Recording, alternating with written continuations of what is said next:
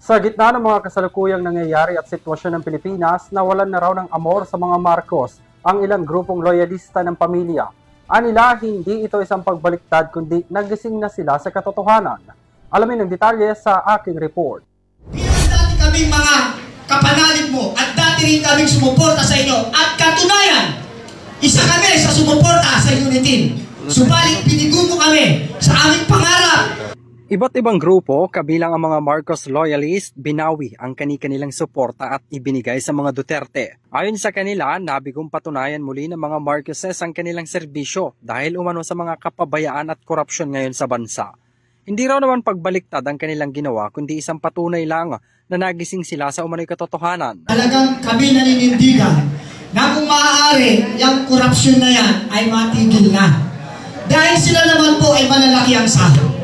Pangalawa, mayayaman na sila. Kaya kung tungkol sa korupsyon, dapat itigil na yan at ang unahin na tatupagin nila ay dapat ang kapakanan. Ibinigay raw nila ang kanilang suporta sa mga Duterte dahil umano sa nakita nilang pagbabago ng manungkulan si dating Pangulong Rodrigo Duterte noong 2016 para naman sa usapin ng reconciliation. Kung tunay ngang seryoso si Pangulong Ferdinand Marcos Jr., bakit raw itinalaga si CIDG Director Major General Nicolas Torre III na PNP Chief? Gayong may mga kinakaharap umanong kaso.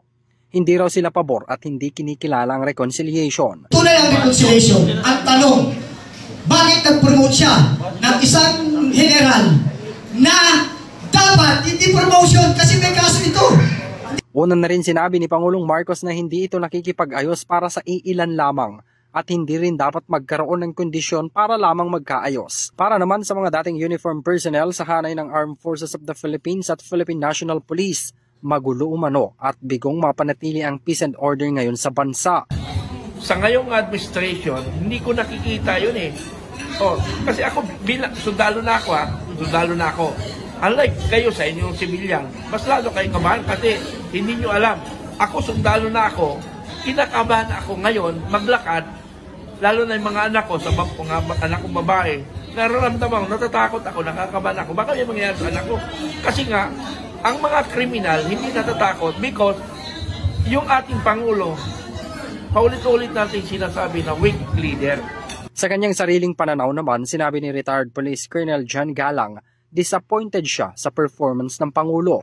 Aniya, siya mismo nakikita ang mga krimen na nangyayari ngayon sa bansa kung saan wala nang takot gumawa ng krimen ang ilang individual. Sad to say you have failed the nation. In my Facebook page during the campaign, sabi ko sa kanya, siguro tapos na yung proof ng redemption ng Marcos name. Kasi yung participation ng mga tao during the campaign, very obvious sinusuportahan ka.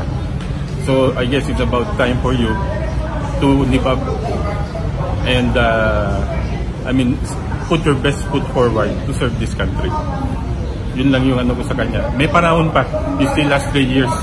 May panahon pa siya. Siguro gamitin niya na lang yung remaining years niya para i-rectify yung mga nangyayari na hindi maganda sa bansa natin yun. Kung magkakaroon lang daw ng pagkakataon, makausap ang Pangulo. Usapin na ito ng bayan at mamamayan at ng kalagayan ng buong Pilipinas. Kaya ang aking masasabi, mahal na Pangulong BBM, pakiusap lang. Sana naman, kung hindi mo nga magagampanan, it's better to step down. Para sa Euro TV News, ako si Henry V.